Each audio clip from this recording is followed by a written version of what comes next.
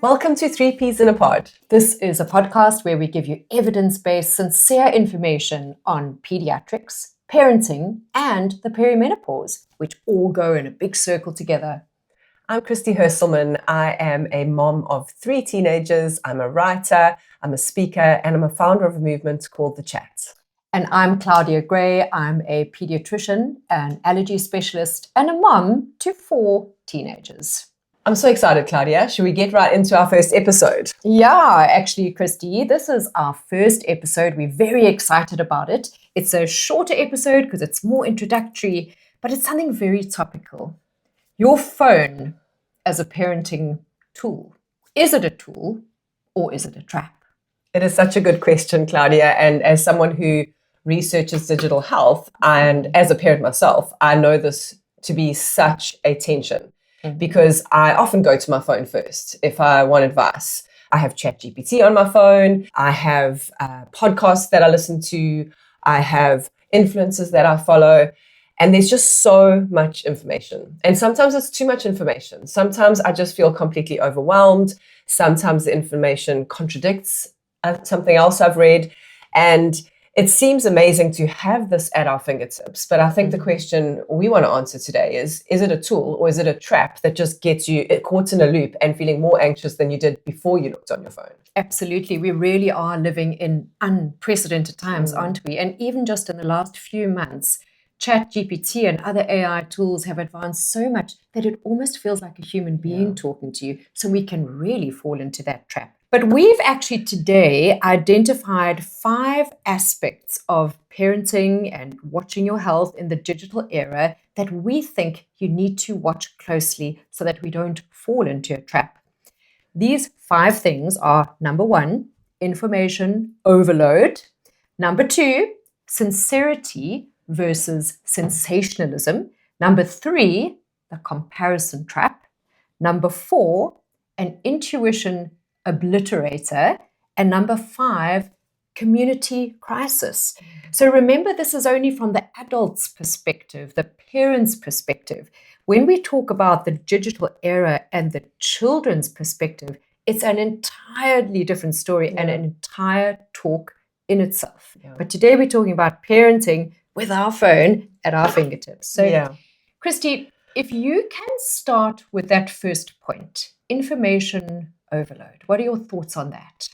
You know, Claudia, even one generation ago, if a mom was worried about her child, she would go to other women in her community for advice or someone within her family. But now it's so easy for us to pick up our phone. And, you know, we're grateful for that. We're grateful that, you know, if you have something in the middle of the night and you need to just Google some symptoms. I know we shouldn't always do that, but sometimes it is incredibly helpful. But I think there is just too much information. It's so hard for me as a layperson to sift through what is an influencer trying to sell me something and what is legitimate information. And so for me, I do find my phone sometimes not that helpful because of how it makes me feel. And sometimes hard to discern whether it's excellent information or rubbish information because it all sounds so convincing, doesn't it? It sounds so convincing and people are often convinced because it's worked for them. But it might be an anecdotal situation rather than something that's been proven with clinical trials. Sure. And so that's one of the reasons we're doing this podcast, right? Is so that we can help the moms and the dads out there.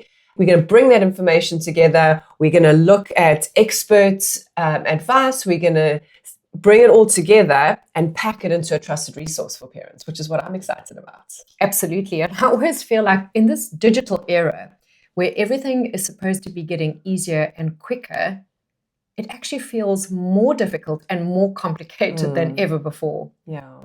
And that, I guess, brings us to the next one. And I mentioned it earlier, Claudia, is the difference between sincerity and sensationalism, because there is a lot of hype out there. So how do you see the wood for the trees? And how do you figure out what is good information and what is just someone trying to sell you something? Yeah, sure. I mean, I see that all the time in my practices, parents coming and saying, I've heard this, I've read this person said this. And Dr. Google and Sister AI are great, but they're not always spot on.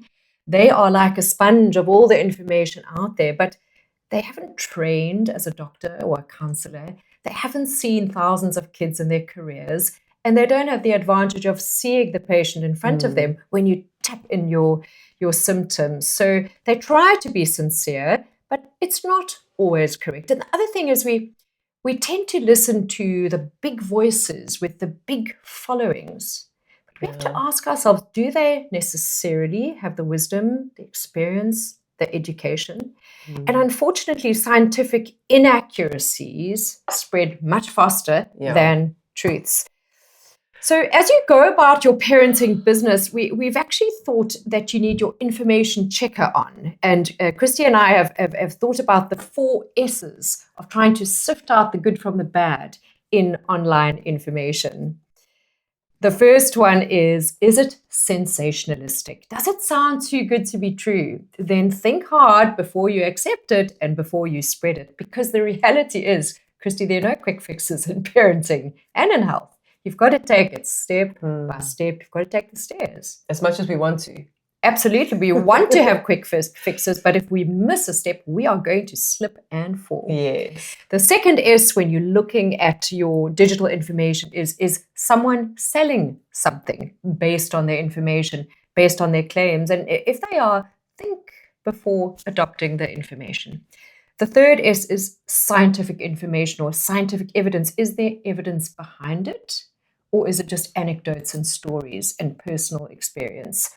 And lastly, are they making a strong standpoint for or against something? Then we may have to moderate that information. Yeah. That's sincerity versus sensationalism. I think we always want sensationalism. It's much more exciting. But remember that it's not always the correct route.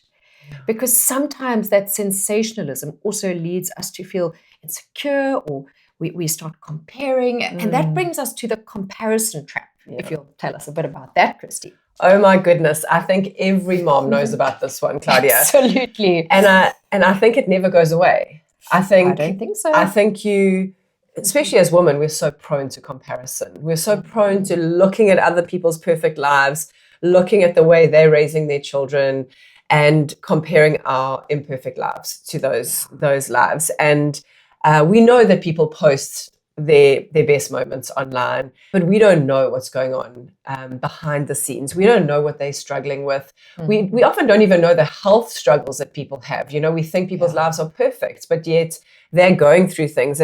But as parents, we constantly compare ourselves to our children to those children, or our parenting style.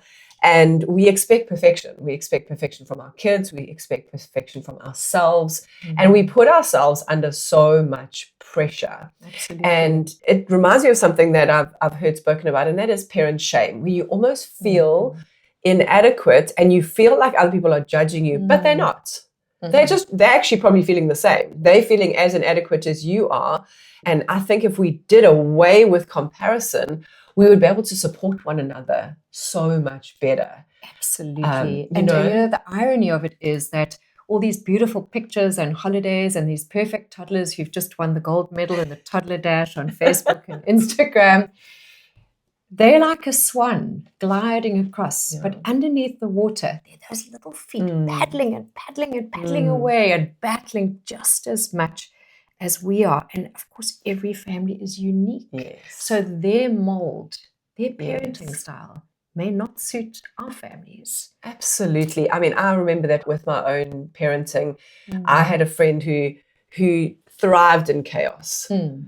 She was one of those people who breastfed on demand till her kids were 3. And she had so many kids close together. The house was always chaotic. And she reveled in that and she loved it. And I would go there and I would get anxious for her. Yeah. And she'd be, Christy, it's fine.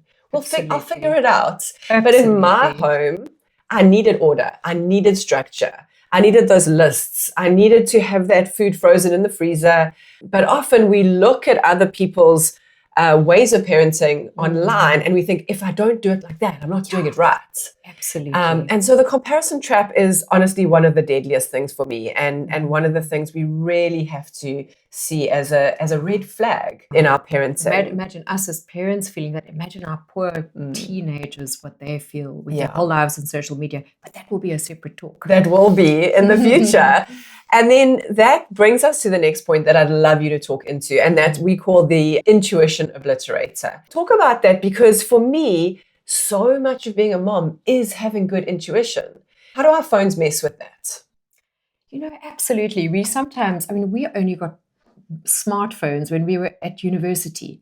And I often think, how on earth did our parents parent us? And we all turned out okay. Yeah. And maybe that intuitive parenting was actually the right style. But now everything is available as an app or a schedule or a table.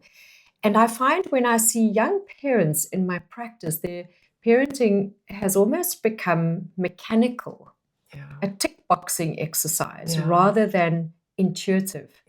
But hey, it's messy. Parenting is messy. The children do not read the manual, so they may not fit into this app or this tick box list. And then we feel insecure because our child is not achieving the standard. Yes. And with AI being so clever and being able to do such amazing things, more than ever, I think our role as humans is to have intuition, creativity, wisdom, judgment. And I really urge parents to go back and say, what do I really feel? Does this feel right?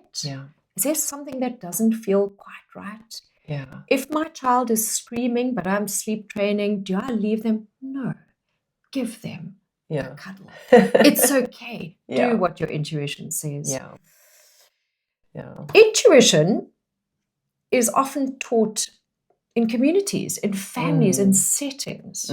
What about the digital era and the community? We call it the community crisis. What is happening if we're reaching to our phones for help? Well, we know that it is causing so much anxiety, so much depression, so much loneliness. And think about a time when you have a small baby, you need your people, you need the woman around you more than ever. And often we're isolated at home with the illusion of connection on our phone. Just because I'm watching someone give me advice about my toddler doesn't mean I have connection. And even if I'm on a WhatsApp group with a bunch of women, that's not deep, meaningful connection either. Yes, it's amazing, and yes, it's a support, but nothing beats being in a room with another person and sharing our hearts and sharing our stories. And so it is having a huge impact. And I know you love the little phrase, we've swapped out ChatGPT for the authentic GPT, which is grandparents, parents, and teachers. Absolutely. And I'm such an advocate of that we actually thrive best in small, close community. We don't need masses of followers, masses of connections. We need a village of people to help us raise our children, but that village doesn't have to be massive. It doesn't have to consist of lots and lots of people. But we often, you and I talk about that Harvard study where over 2,000 people were followed for the course of their lives just to answer that one question, what makes us happy? Absolutely. And it came down to relationship. Absolutely. And so, again, this is going to be an episode in itself, but our phones are detracting from our relationships with our spouses, our relationships with our children, our relationships with our friends.